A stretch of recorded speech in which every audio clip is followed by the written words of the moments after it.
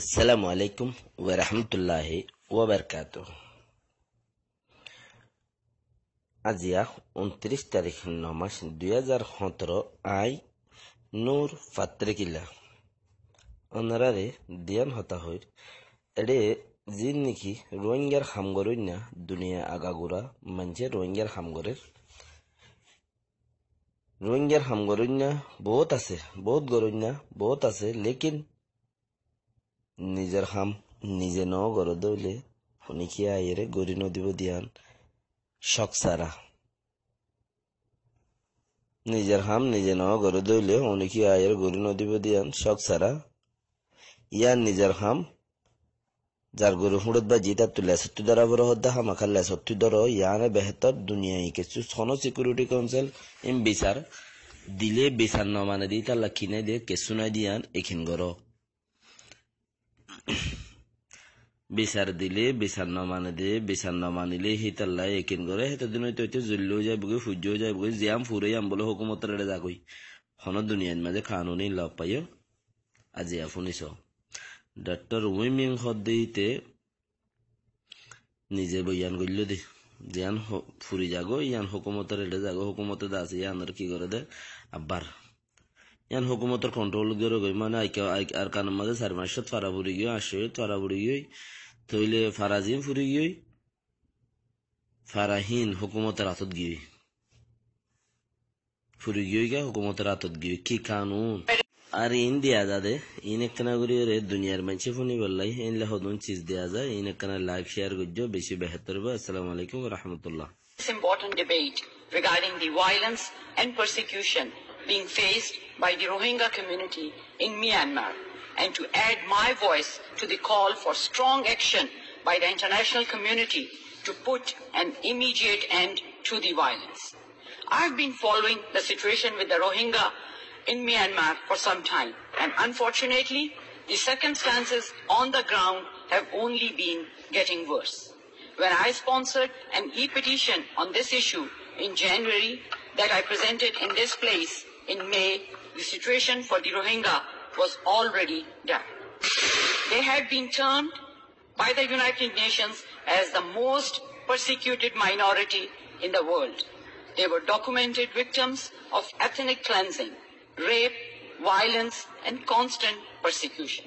At that time, more than 100,000 Rohingyas were in camps for internally displaced persons, where they face poverty, violence, and persecution. Many had fled across the border to Bangladesh, which is ill-equipped to deal with this massive influx of refugees. As bad as things were in the spring, Madam Speaker, as we go into the fall, things have only gotten worse.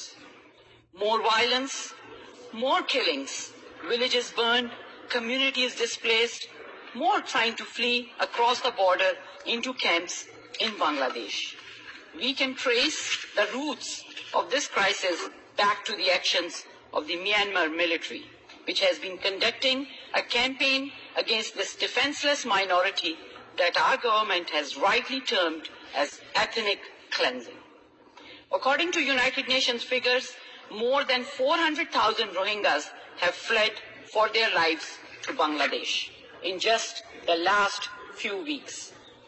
There have been extrajudicial killings, entire villages have been burned to the ground, and landmines are even being planted to prevent people from fleeing across the border to safety.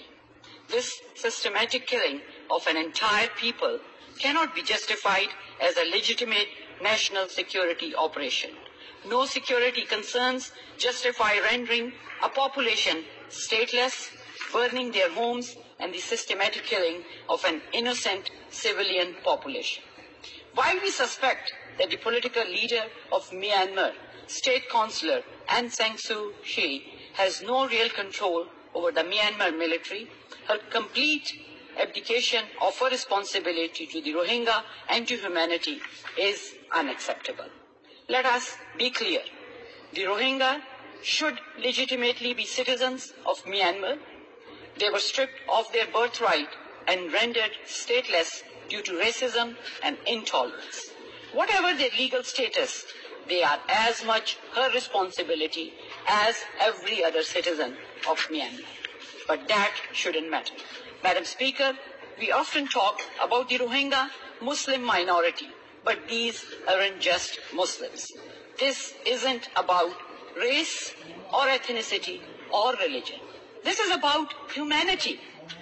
The Rohingya are being wiped out of existence, and we as human beings, as citizens of this planet, have a moral responsibility to stand up and say, this is wrong, and to demand an end to the violence. That is the least we should expect of each other. And we should surely demand more of a woman who is recipient of the Nobel Prize for Peace, a woman who built a career as a champion of human rights, a woman who we named an honorary Canadian citizen. Ms. Suu Kyi's public comments have been unworthy of those honors. She has gone beyond her earlier cowardly silence to outright lie about what is happening and the situation on the ground. She claims this is an internal security matter. Gone are the days when tyrants and despots could act with impunity within their own borders, free from the eyes of the international community. We know what is happening in Myanmar. We know what the Myanmar military is doing to the Rohingyas, the crimes that Ms. Suu Kyi is complicit in. We do not believe her lies. When she called herself a champion of human rights, she apparently only meant some humans. Whatever moral credibility Ms. Suu Kyi once had is now dead. When the time came to choose sides, she stood with the very despots she once opposed. Madam Speaker, I appreciate the actions our government has taken to date. We sent Canada's ambassador to Myanmar, to Rakhine State in February and March. The Prime Minister and Foreign Affairs Minister met with Ms. Suu Kyi when she visited Ottawa in June and pressed her on the Rohingya. In recent statements from the Prime Minister, the Minister of Foreign Affairs and the Minister for International Development, we have strongly, forcefully and unequivocally made Canada's position clear. The violence must end. I also appreciate the announcement of increased aid assistance to help those refugees that have fled their homes, including those in camps in Bangladesh. I urge Canada to continue to be a strong voice, to exercise moral leadership, and to lead the charge for substantive international action. While we have been generous, I would like to see more humanitarian aid and assistance provided to help those displaced in the region. We should also support the generosity of spirit here at home. I have met with many members of the community in my riding and elsewhere that wish to make donations to assist humanitarian agencies helping people on the ground.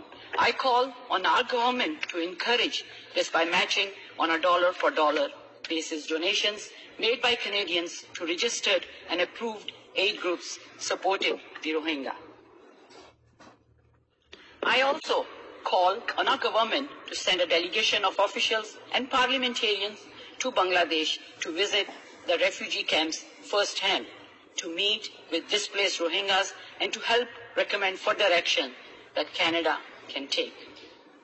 We must demand stronger action from the United Nations and the UN Security Council, including a referral to the International Criminal Court for possible war crimes and crimes against humanity. The international community must be allowed access to Rakhine State so that diplomats, aid groups, and NGOs can see the situation on the ground for themselves and to bring aid and assistance to those who are suffering. We need a whole-of-government approach to examine what resources can Canada bring to bear and how we can work with our allies to multiply the effect our resources can have. I have heard the demand for action loud and clear from my constituents. I have held roundtables in Scarborough with the community leaders and attended several protests in Toronto, where thousands of ordinary Canadians have come out to raise their voice. Canadians are deeply concerned about the violence of the Rohingya are facing. I thank Canadians for their passion and for their activism. I bring their voices here to Parliament and I add my voice to theirs. This is a time, Madam Speaker, for members of the International